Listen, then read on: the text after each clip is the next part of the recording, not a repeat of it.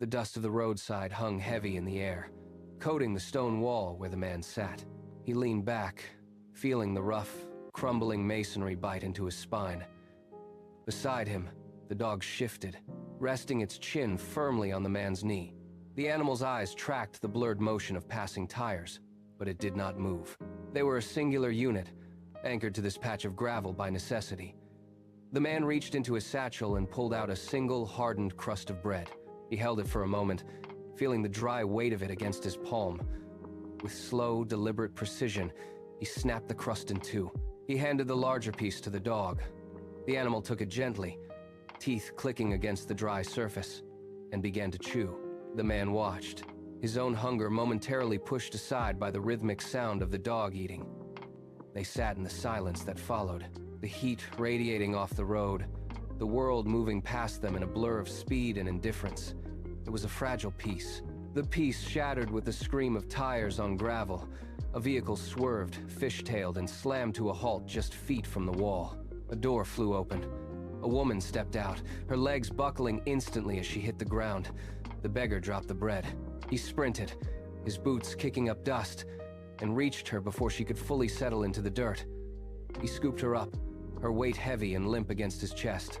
The dog surged forward, barking at the gathering onlookers, carving a path through the confused crowd. The beggar ran, his lungs burned, his breath coming in ragged, shallow gasps as he pushed through the hospital's sliding doors. "Help her!" he roared, his voice cracking.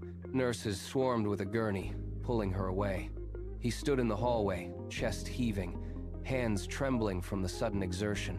Hours bled into one another until a doctor stepped out, wiping sweat from his forehead.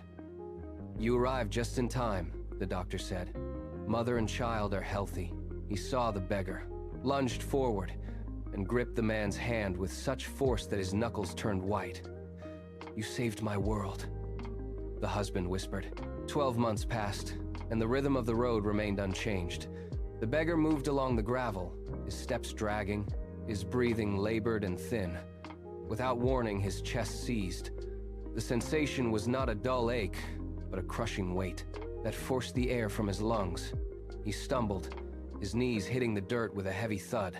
He clutched at his chest, fingers clawing at the air, his vision blurring into gray static. Beside him, the dog stopped. It circled him once, snout sniffing the man's cooling skin, then tilted its head back.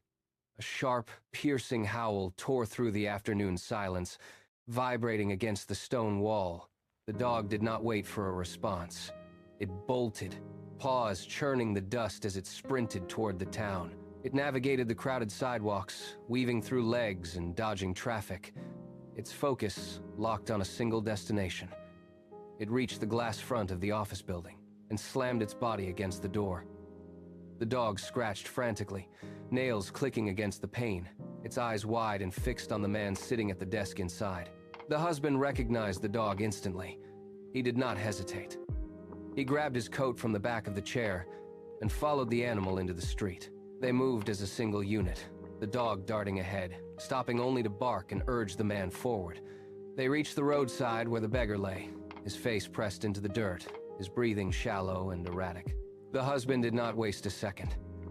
He knelt, slid his arms beneath the man, and hoisted him into the back seat of his car. The engine roared to life. Tires spun on the gravel, throwing dust into the air as the vehicle surged toward the hospital. Inside the car, the dog paced, its nose pressed against the beggar's hand. They reached the emergency entrance in minutes. The husband shouted for help, his voice echoing through the sterile corridor. Medical staff appeared, sliding a gurney into place. Finally, the doctor emerged, his face tired but calm. He walked toward the husband and nodded slowly. "He is stable," the doctor confirmed. A week later, the car pulled onto the familiar dirt shoulder. The beggar looked toward the patch of weeds where his shelter had stood, but he stopped. The lean-to was gone. In its place, a sturdy cottage sat, its windows catching the morning light. Nearby, a small barn echoed with the sounds of goats and hens.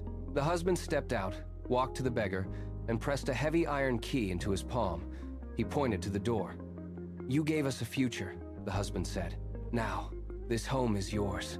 The beggar stared at the wood of the door, his fingers tightening around the metal key. He looked down. His dog nudged his hand with a wet nose, its tail sweeping the grass. The man took a breath, stepped forward, and slid the key into the lock. The mechanism clicked. He turned it, pushed the door open, and stepped inside, leaving the dust of the road behind him forever.